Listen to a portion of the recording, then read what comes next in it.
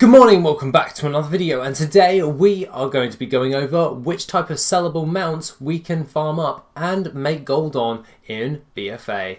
Now just stick around and enjoy the video. Guys, so today this will cover some of the mounts that are coming in BFA or have already been implemented in BFA or otherwise changed to be obtainable. Other than that, let's get into the first one. The first one that I want to cover is coming in 8.2, and that is GALLYWIX's ATV, which is GALLYWIX backwards, but I can't be bothered to actually try and pronounce it backwards. One of my subscribers actually told me that it was GALLYWIX backwards and I didn't actually realise what it was. So what we're going to just call it from now on is the GALLYWIX ATV. Currently you can only make this if you have blacksmithing and engineering, which then you can make the chassis from your blacksmithing and you can use your engineering to make the engine. Once you have got those two components, you can then put them together in order to make the mount. This mount I project is around about 500,000 gold as soon as it is actually available, and that is just going off of a base average of what the Mecha Mogul looked like at the beginning of BFA. So we're basing it off of that, because that is a similar type crafted mount, which then has given us the projection of what this new mount will look like. Other than that, that is pretty much what one of the newish mounts that will be coming into 8.2, and I just wanted to cover that at the first part. The ones that you can obtain right now are the BLOODFEASTER, and that goes for around about 500,000 gold. Now this can be found in the Heart of Darkness in Nazmir, and if I pull up Nazmir over here, the Heart of Darkness is right near this massive triangle. What you're going to be wanting to do is kill the mobs around the left hand side of the Heart of Darkness, and pretty much it has the highest percentage drop chance for that mount. It is currently at a 0.2% drop chance, and for 500,000 gold I really do think it is a very decent mount in order to try and farm up. The next one that I would recommend is the DUNE Scavenger, which is 700,000 gold on average, and let's be honest, it is at the Terrace of the Devoted. So the Terrace of the Devoted is located in DUNE, and it is right about Har, and basically all you have to do is kill the mobs all around that area, and they have the highest percentage drop chance and the most compact of the mobs in order to get hold of this DUNE Scavenger.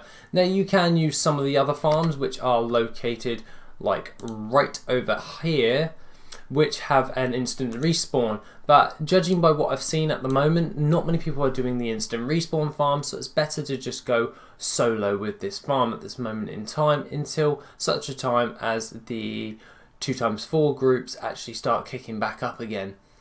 Other than that, that is in DUNE, and it is around about the same percentage drop chance as the BLOODFEASTER. This one is found in Drosvar, and my personal favourite farming spot is near Coraline, and basically just up the little bit northwest of it is this nice little farming spot where all of the ravens are. This is where you do a world quest in order to kill a load of ravens and weird stick people, and basically they have the highest percentage drop chance for the Reigns of the GOLDENMANE horse thing for the Kilterans. This is roughly around about 300,000 gold on average, and to be honest, it's a pretty decent mount in order to get hold of. The best part about this farm is that it's an instant respawn farm, or it can be done solo.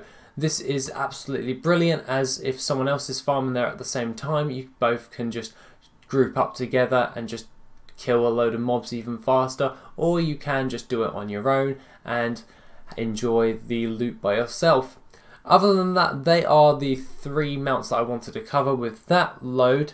Now let's get into the others. Next one is the Great Sea Ray. Now this roughly averages around about 70,000 gold, and this can be farmed up anywhere the BFA zones such as Kulturus and Zandalar, but they can only be farmed up on the beaches.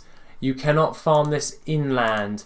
This has a percentage drop chance of around about 0.2% again, and the chances of you getting it is pretty damn good, if I do say so myself, as I am one of those people that actually enjoy doing the gathering profession of fishing, mainly because I'm an absolute lazy bugger and it's just easier just to watch Netflix and just click a bobber every 5 seconds. But other than that, the Great Sea Ray is a good mount to actually do, combined with the fish that you can actually get from just doing this like farm. So personally, I prefer to go over to Oldham, and I just sit myself here because there's like a less likelihood in order for me to get attacked, and I just sit there and I just fish for the entire hour, pull up Loot Appraiser and wait for the Great Sea Ray to come up. And to be honest, you'll probably just get some sand shifters from this farm, and you're probably going to get your slimy mackerels as well, which is currently around about 16 gold per piece. But aside from that, the Great Sea Ray is probably one of those ones where you can just farm endlessly for pretty much no effort, and it's one of the most laziest mounts in order for you to farm if you are a lazy gold farmer. Other than that, let's get into the next one, which is the Najdatar Blood Serpent. And it's not specifically the Najdatar Blood Serpent that we're actually farming up, because that is a reward for gathering up a load of abyssal fragments. Now, the abyssal fragments vary on price, but it is roughly around about 19,000 gold for each, which is located over here near the Torgaz Rest, which is called Najwata blah blah blah. And basically it's the only place that for some reason I haven't discovered, even though I've been there, which is kind of weird. But other than that, the best place to actually farm these up is just killing all of the mobs in the actual temple over there, and they have a chance of dropping an abyssal fragment at roughly around about 0.9% drop chance all the way to 0.2%. So you do have a chance in order to get hold of the abyssal fragments and then sell those on the auction house. Alongside that is the Mecha Mogul, and let's just cover this really easily. It is made with your engineering, and obviously engineers can only make this. It currently sells for around about 247,000 gold, and the recipe can be found in the mother load by killing the bosses. Make sure that you do this on heroic, as I don't believe that it will actually drop in the mother load if you don't do it in heroic. But once you have got the Mecha Mogul recipe, you are pretty much guaranteed to make as many as you want, as providing that you have a load of expulsum in order to make this. The mount is fairly easy to sell, as the average sell rate is around about 1.1%, and that's pretty damn good, in all honesty, because that's just pretty damn good. It's a pretty damn good sell rate in overall, considering it's a mount. So other than that, it's mainly just making sure that you have engineering and just doing the mother load as much as you can, probably daily on heroic, until you actually finally get the plans for your recipe. Other than that, the expulsum you can mainly get from the just farming up trash. So you could probably mix this by doing a daily mother load farm for your plans, and while you're doing that, you can also farm up the DUNE Scavenger, BLOODFEASTER, and the GOLDENMANE, and doing the instant respawn farms in order to get a hold of loads and loads of gear, which then you can scrap to get your expulsum in order to make the mount. Now, last on our list is the Thundering Ruby Cloud Serpent. Now, I did a video a while back saying it had just become BOE, so I wanted to cover this right at the end. Now, the Thundering Ruby Cloud Serpent is a Mists of Pandaria type creature, and it can only be found in the Vale of Eternal Blossoms.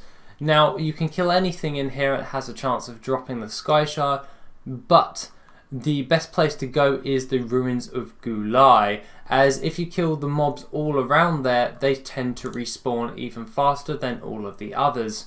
That means, providing that if you are good at pulling and killing and bursting your mobs down, you have a chance of gaining a Sky Shard. Now, you need 10 of these in order to capture the Mount Alani, which will then provide you with the mount. Other than that, that is a pretty easy farm in order to do. It just takes a while depending on RNG in order to get hold of a Sky Shard. That being the case, the mount actually sells for roughly around about 164,000 gold, and to be honest, I find this to be a very easy farm if I just want to be a bit lazy, gain a monk, put in there, put the orc statue down and just burn all the mobs as and when they respawn. And it's one of those ones where I can just AFK and just kill the mobs, loot my sky shards, and I can be doing something else in the background like editing one of these videos. So that being the case, guys, that is pretty much all I've got to say for all the sellable mounts in BFA so far. If you have any other mounts that I have missed or you think are really good sellers, please put them in the comment section down below. But other than that, guys, have a lovely rest of the day, and I shall see you on the next video on Wednesday. Take it easy, guys.